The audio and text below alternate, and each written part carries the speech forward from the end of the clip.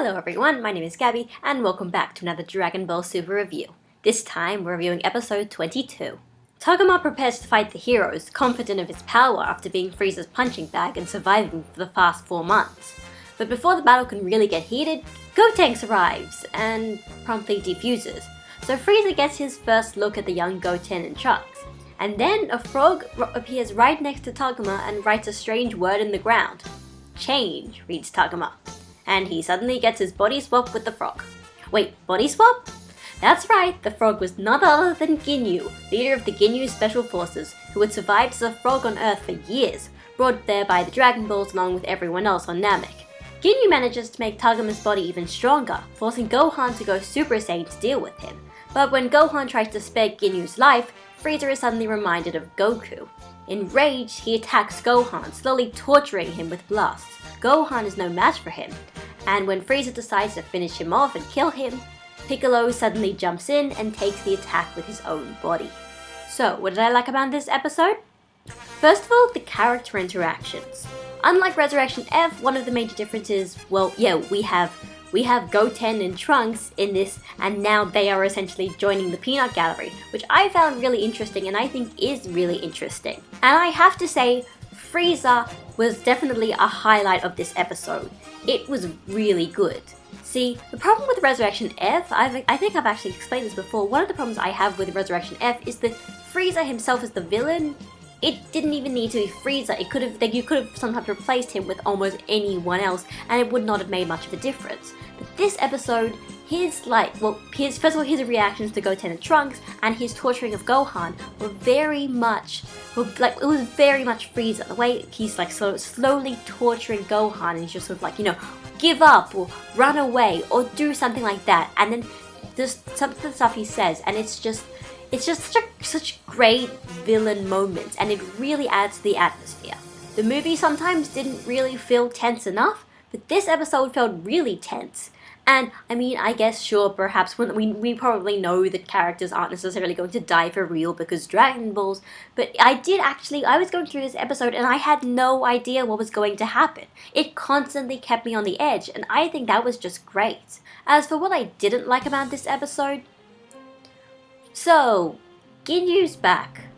It's not that I necessarily don't like this idea. It could be a really cool idea. I just don't know why they're doing it.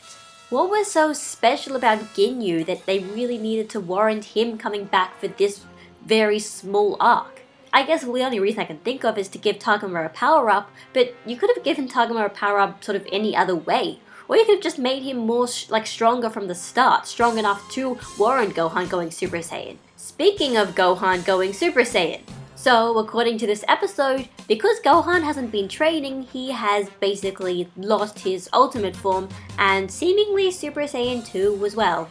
This is still kind of stupid. I did not like this in Resurrection F. There I thought that was just there because they needed a Super Saiyan in the movie because merchandise sales. The series does not really have that excuse, especially because you just had Gotenks as a Super Saiyan already, so you didn't even necessarily have to do this to introduce Super Saiyans. They're just still flat out nerfing him for no real reason. And I'm not even angry about this because I like Gohan and I want him to be important and everything. I'm just angry at this because I just hate the precedent this is. That if you don't train, you're just going to actively keep getting weaker until you are completely irrelevant. Because the problem with that is, besides Goku and Vegeta are pretty much the only members of the supporting cast who would keep training during peacetime because that's what they like doing. I guess maybe Piccolo, but everyone else no.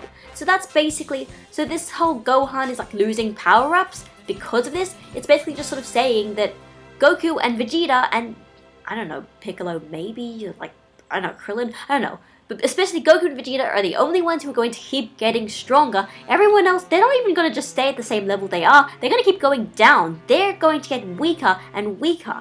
And I hate this because I want there to be more than Goku and Vegeta fighting. I want the other cast members to do things, but if you keep using the excuse that is if they don't train, they will just not be strong at all and they'll just keep getting weaker, that doesn't seem to be the case. I mean, to be honest, the execution of it in this episode wasn't as bad as I thought.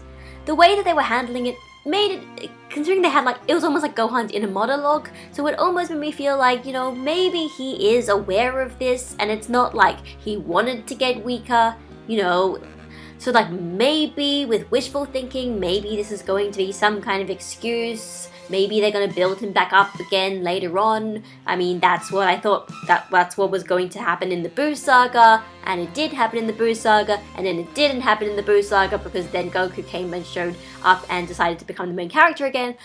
But I'm just ranting and whatever. Really, my main problem with the retelling of Resurrection F, not Resurrection F, just the retelling, is it feels like this episode had a lot of just fan service, but just for fan service's sake. Like, there was no real reason to bring back Ginyu. There was no real reason to make Gohan a Super Saiyan, and it doesn't feel like there's any real reason to make Piccolo sacrifice himself, because, I mean, he's probably going to be brought back to life. We know it will not be a permadeath because we know he's going to be doing something in the Universe 6 arc. And, I mean, what is it going to, is that going to accomplish anything? That's what I'm curious about next episode, because next episode, Goku and Vegeta are going to actually arrive. That will be interesting, because by then I think we're going to get to a lot more familiar territory, the fight between Goku and Frieza, but I just hope that all of this like character development and interactions and all the things they've been doing, especially in the last like 2 episodes, I hope that they don't just like throw this all to the wayside as soon as Goku and Vegeta show up, because that would be really annoying, because I did actually enjoy a lot of the stuff they've been doing. A lot of the character interactions, a lot of the fights, a lot of just all this almost development, and I don't want them to just ignore it all once the like main plot has finally started now that Goku and Vegeta have arrived. And so in the end, this may be a surprise, but I actually really enjoyed Dragon Ball Super episode 22. Yes, it did some things that I found a bit stupid. Yes, it kept some things from Resurrection F that I found a bit stupid, and yes, there were some things like Ginyu that seemed a little superfluous. But at the same time, this episode felt really great. It addressed a whole bunch of things that we were almost expecting to see in Resurrection F. Things like Goten and Trunks, and even things like giving a full-on reason as to why Gohan was a Super Saiyan as opposed to just sort of accepting it. And the pacing and the tension in this episode was really good, and it also felt like they were actually utilizing Frieza to his fullest potential. So in the end, I think it was actually a really good episode.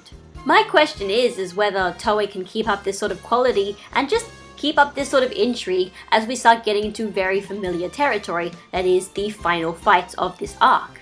So this is Gabby, signing out, and I'll see you all next week. Bye bye guys!